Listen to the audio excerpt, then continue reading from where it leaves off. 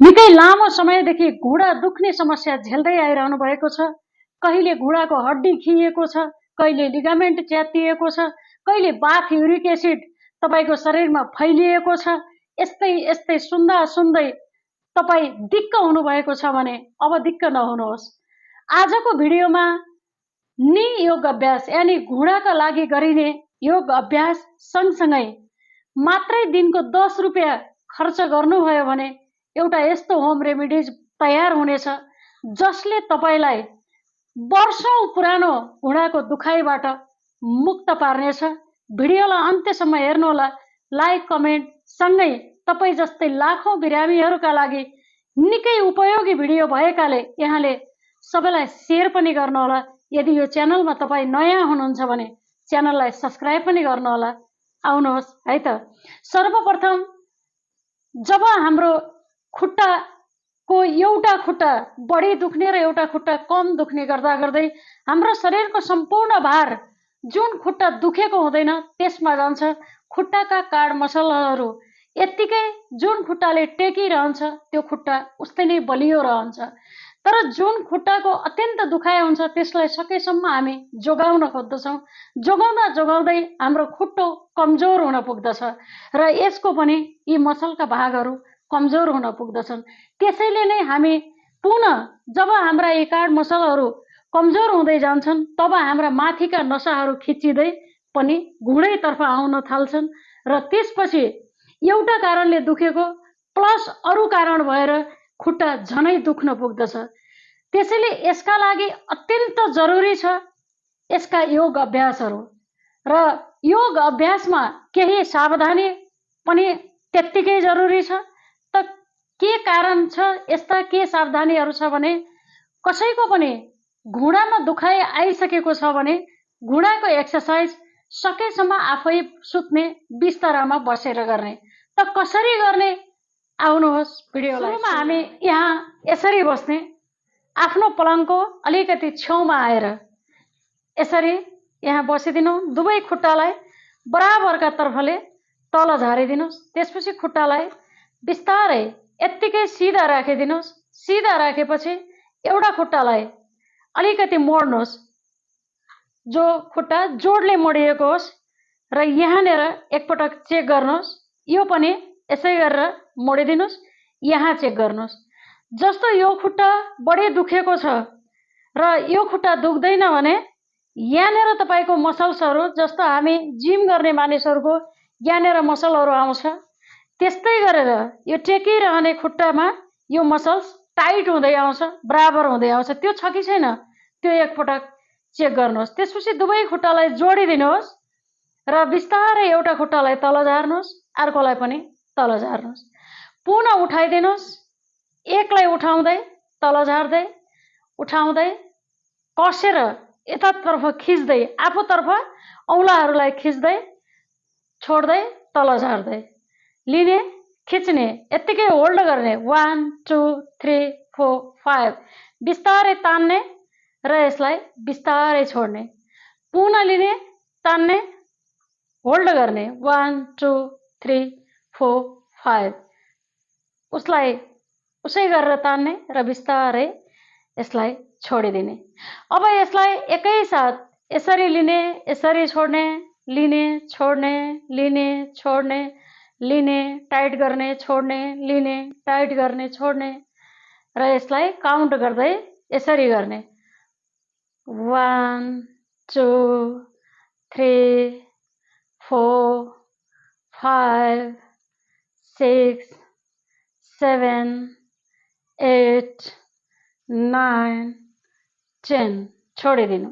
अब दुवै खुट्टालाई सँगै जोड्नु। हातलाई पछाडि टेक्न पनि सक्नुहुन्छ यसरी र बिस्तारै यसलाई दुवै खुट्टालाई उठाइदिनु र यसलाई तान्दै यत्तिकै दुवै खुट्टालाई तानेर होल्ड गरिदिनुस् र यहाँनिर कम्तीमा 10 सेकेन्ड 1 2 3 4 5 6 7 8 9 10।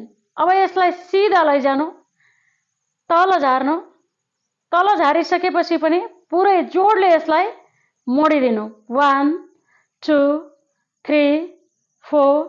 5 6 7 8 9 10 पुनः यसलाई बिस्तारै लिनु यहाँ लिएर आफूतर्फ औँलाहरू तान्नु जोडले यहाँ पनि होल्ड गर्नु अघि जस्तै 1 2 3 4 5 6 7 8 9 10 बिस्तारै लैजानु यहाँ लगेपछि पनि होल्ड गरिदिनु कस्तै भुइँमा नपरोस् खुट्टाहरू तर भुइँ छुन खोजोस् औँलाहरूले पुरै टाइट गर्दै होल्ड गर्नु 1 2 3 4 5 6 7 8 9 10 पुनः लिने होल्ड गर्ने 10 सेकेन्ड पुनः लैजाने छोडिदिने त्यसपछि यहाँले एउटा सिरानी ल्याउनु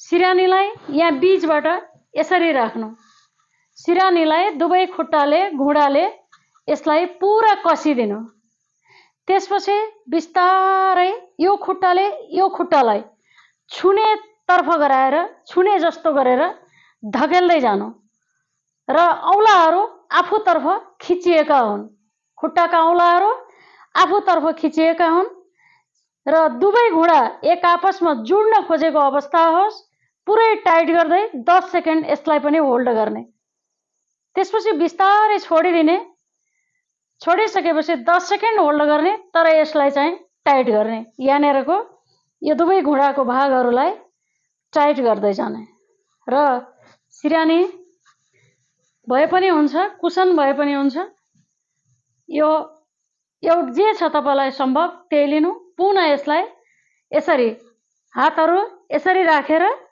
यसरी घुँडालाई धकेल्दै खुट्टालाई कस्दै र खुट्टालाई सकिन्छ भने यहाँ छाउने प्रयास गर्दै यहाँदेखि यहाँसम्मको भाग जति छ पुरै यो टाइट हुँदै आओस् कसिँदै आओस् यदि तपाईको खुट्टामा चोट लागेर पनि कहिलेकाहीँ केही ठाउँमा ठोकिएर पनि लामो समयसम्म घुँडाको दुखाइ रहिरहन्छ यदि त्यो हो भएर दुखेको छ भने पनि यहाँलाई एकदमै चाँडै आराम मिल्दछ कारण एउटा हुन्छ ठोकिएको हुन्छ कमजोर खुट्टा बनिदिन्छ यसले गर्दा यो हुन पाउँदैन त यसलाई पनि बिस्तारै झारिदिनुस् झारेपछि पनि यसलाई यस्तै टाइट अवस्थामै झारिदिनुस् र बिस्तारै पुनः लगिजानुस् 10 देखि 15 पटकसम्म यसलाई पनि बिस्तारामै बसेर गर्नुहोस् त्यसपछि आउनुहोस् अब यो खुट्टालाई यसरी यहाँ राख्नुहोस् एउटा खुट्टा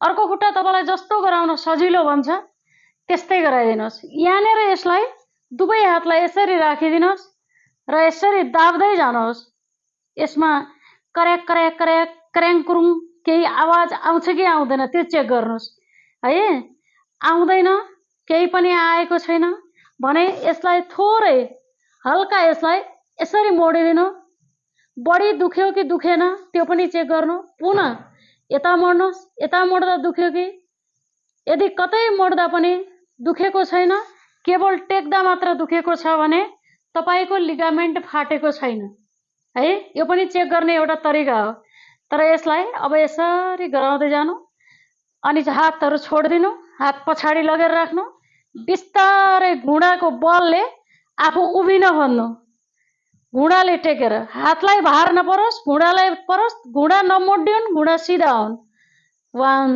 2 3 4 5 6 7 8 छोडिदिनु अब यहीँनिर उठाउँदै छोड्दै घुँडासम्म उठाउँदै छोड्दै घुँडासम्म उठाउँदै छोड्दै यसलाई पनि उठाउँदाखेरि कहिले पनि खुट्टालाई आफ्नो तर्फ तान्दै है छोड्दाखेरि खुट्टालाई जमिनतर्फ औँलाहरू तन्काएर तन्काउँदै 1 2 3 4 5 6 7 8 9 10 छोडिदिनु खुट्टा अर्को चेन्ज गर्नु अर्को खुट्टा चेन्ज गर्नु 1 2 3 4 5 6 7 8 9 10 दुवै खुट्टालाई यहीँनिर लिएर यसरी राखिदिनु। दुवै खुट्टालाई सिरानीको माथि घुँडा पर्ने गरी अब 1 2 एउटा खुट्टा खिच्ने, एउटा खुट्टा अगाडि खिच्ने।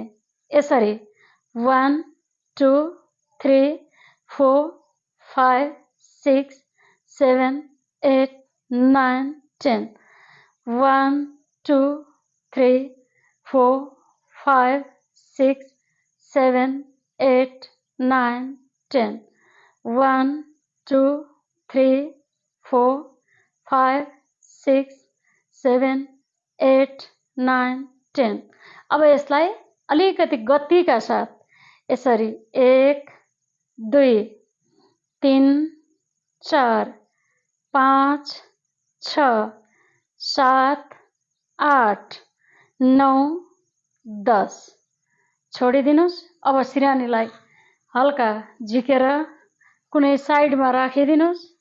त्यसपछि यहाँले हातलाई पछाडि टेक्दै बिस्तारै औँलाहरूलाई मोड्दै आफ्नो तर्फ तान्दै छोड्दै मोड्दै छोड्दै मोड्दै छोड्दै मोड्दै छोड्दै अगाडि पछाडि म सँगसँगै गर्नुहोला, मोड्दै छोड्दै गरिदिनुहोस्। त्यसपछि यत्तिको थोरै उठाउनुहोस् घुँडालाई, हातलाई दुईटा हातलाई यसरी लक गरिदिनुहोस्। 1 पछाडि आउनु, 2 3 4 5 6 7 8 9 10 छोडिदिनु। अर्कोमा जानु, 1 2 3 4 5 6 7 8 9 10। अब यही हात, जो हात लक गर्नुभएको छ त्यही हातले हातलाई कसेर यो पाइतलामा राखिदिनु र खुट्टालाई सिधा माथि उठाइदिनु।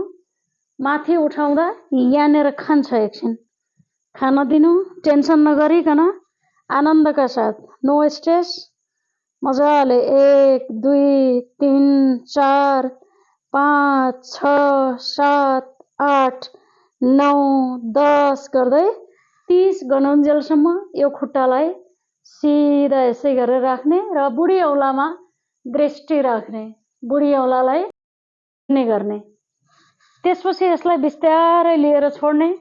पुनः अर्को खुट्टालाई यसरी अर्कोलाई पनि उठाइदिने र सिधा उठाउने। यही आफ्ना औँलामा दृष्टि 1 2 3 4 5 6 7 8 9 10 1 2 3 गर्दै यसलाई पनि 30 गनुन्जेलसम्म गर्ने। 3 पटक यो खुट्टाबाट गर्ने, 3 पटक यो खुट्टाबाट गर्ने। त्यसपछि बिस्तारै सुतिदिनुहोस्, आनन्दले सुतिदिनुहोस्। सुतेपछि खुट्टालाई हल्का लिँदै यसरी छोड्दै जहाँसम्म मोड्न बन्छ, मोड्न बनेन भने पनि एकदमै खोलेर यसरी गर्दै जानु, यसरी यसरी। त्यसपछि एउटा खुट्टामा एउटा खुट्टा यसरी चढाइदिनु। अर्को हात यसरी भित्रबाट राखेर पुरा तान्दिनु। पुनः यसलाई पनि यही बमोजिम अर्कोलाई पनि यसै गर्दै जानु र होल्ड गर्दै बिस्तारै होल्ड गर्ने, 5 सेकेन्ड 10 सेकेन्ड जति सकिन्छ। त्यसपछि यहाँबाट पकडेर अर्को खुट्टा सिधा यो खुट्टालाई पुरै यसलाई तानिदिनु। जसरी सक्नुहुन्छ त्यसै गरेर तानिदिनु अनि चेन्ज गर्नु, अर्कोलाई पनि सोही बमोजिम तानिदिनु। त्यसपछि अघिको सिरानी लिनु, यहाँनिर लिएर सिरानी राख्नु। यसलाई यसरी 1 अगाडि र पछाडि यसरी लिँदै सिरानीमा राख्दै, लिँदै सिरानीमा राख्दै यसरी 1 2 3 4 5 6 7 8 9 10 चेन्ज गर्ने 1 2 3 4 5 6 7 8 9 10 यसलाई यत्तिकै अब विश्राम गरिदिने। त्यसपछि खुट्टाहरू पुनः अब सिधा गर्ने अनि यसो यसो यसो गर्दै आउने घुमाउँदै 1 2 3 तीनवटा 8 जस्ता लेखे चाहिँ तीनवटा शून्य गराउने 1 2 3। अब यही माथिबाट फेरि 1 2 3 गराएर सिधा भुइँमा झारिदिने। चेन्ज गर्ने अर्को खुट्टा पनि 1 2 3 यहीँबाट पुनः उल्टो गरेर 1 2 3 पुनः 1 2 3 1 2 3। अब एकै पटक दुवै खुट्टालाई 1 2 3 उल्टोबाट 1 2 3 1 2 3 1 2 3। यति गर्नुभयो भने यी भागहरू र यदि नसाहरू खिचेर दुख्न छोडेका हुन् या ग्रिसहरू घिसिएका हुन् यी दुखाइहरू बिस्तारै बिस्तारै कम हुँदै जान्छन्। तर एउटा कुरा के याद राख्नु होला भने यहाँहरूले यी अभ्यासहरू गर्दा निकै आनन्दपूर्वक आरामपूर्वक गर्ने चाहिँ अवश्य गर्नु होला। त्यसपछि हामी आउनेछौँ अब घरमा हामी के तयार पार्न सक्छौँ जसले गर्दा हाम्रो यो दुखाइबाट हामी मुक्ति पाउँछौँ। दुखाइ बढ्न थाल्यो भने मानिसहरूले बरु अपरेसनै गरेर काटेर फाल्न पाए पनि कमसेकम अलि राहतको सास त फेर्थे होला भन्ने मान्छेलाई त्यतिसम्म पीडा भएको, घोडा छोपेर रोएको चिच्याएको देखेको छु। तर यी अभ्यास गर्दा गर्दै 1-2 दिनबाटै ठिक भएको पनि पाएको छु। त हामी आउँछौँ अब होम रेमेडिज तर्फ। जौँ सबैलाई थाहा छ 50 ग्राम जौँलाई 10 रुपियाँ पर्छ होला। जौँलाई साँझ पानीमा भिजाइदिनुहोस्। जौँ जस्तो छ त्यस्तै जौँलाई त्यसलाई कुट्ने अब ढुङ्गा माटो त्यसमा सिसाहरू हुनु भएन। बाँकी जस्तो जौँ शुद्ध जौँ छ त्यो जौँलाई लिनु र 50 ग्राम जति त्यो पानीमा भिजाइदिनुहोस् एकजना मान्छेको लागि है। र भिजाइसकेपछि भोलिपल्ट बिहान त्यसलाई पकाउनुहोस्। आनन्दका साथ पकाउनुहोस्। 5 मिनट जति त्यसलाई पकाउनुहोस् र त्यसबाट जो पानी निस्कन्छ 2 घुटकी पानी कति बेला भने जब तपाईले बिहानको उठेपछि जो आफ्नो मनतातो पानी पिउने हो त्यो पिउनुहुन्छ। र अर्को एउटा कुरा के जान्नुहोस् भने जसको पनि शरीरका जोर्नीहरू दुखिने भइसकेका छन् यहाँहरूले कागती मह पानी जो मोटोपन घटाउनको लागि प्रयोग गरिन्छ नि यो चीज नगर्नुहोस्। मोटोपन घटाउन बडा इजी तरिका छ। मेरो अर्को भिडियो आउँदैछ यहाँहरूले अवश्य पनि त्यो भिडियो हेर्नु होला। जतिसुकै मोटोपन भए पनि तपाईले कहीँ गएर केही खानु पर्दैन। आनन्दसँग घटाउन तपाई चाहने हो भने आफै घटाउनुहुन्छ सक्नुहुन्छ। तर यो चक्करमा यो नखानुहोस्। यसले हाम्रो इम्युनिटी सिस्टमलाई नै कमजोर बनाएर अनि बल्ल बाथ युरिक एसिडका स्वरूपहरू देखिन्छन्। पहिले हाम्रो भित्रको पेटलाई कमजोर बनाइसकेको हुन्छ। मलाई कहाँबाट फोन आउँछ 1 वर्ष कागती पानी मह पानी खाएको थिएँ त्यसपछि यस्तो भयो। यसै त गुलियो चीज धेरै स्वास्थ्यको लागि राम्रो छैन अहिले खुब सुन्नमा आउँछ। यसका रिसर्चहरू पनि भएका छन् भने त्यो मह किन बारम्बार खाइरहनु पर्यो। महलाई आयुर्वेदिक तरिकाले औषधिको रूपमा कहिलेकाहीँ खान सकिन्छ। सधैँ जसो महको प्रयोग पनि चाहिँदैन र कागती पनि हप्तामा 1 पटक खाए पर्याप्त हुन्छ हाम्रो लागि। त्यो हामी दालमा निचोडेर पनि खान सक्छौं, तरकारीमा निचोडेर पनि खान सक्छौं, जहाँबाट भए पनि हामी खान सक्छौं। त हामी केमा थियौं जौँ 50 ग्राम जौँलाई साँझ पानीमा भिजाइदिने, भोलि बिहान त्यसलाई बेसरी पकाउने, करिब करिब 2-3 मिनट जति पकाउने।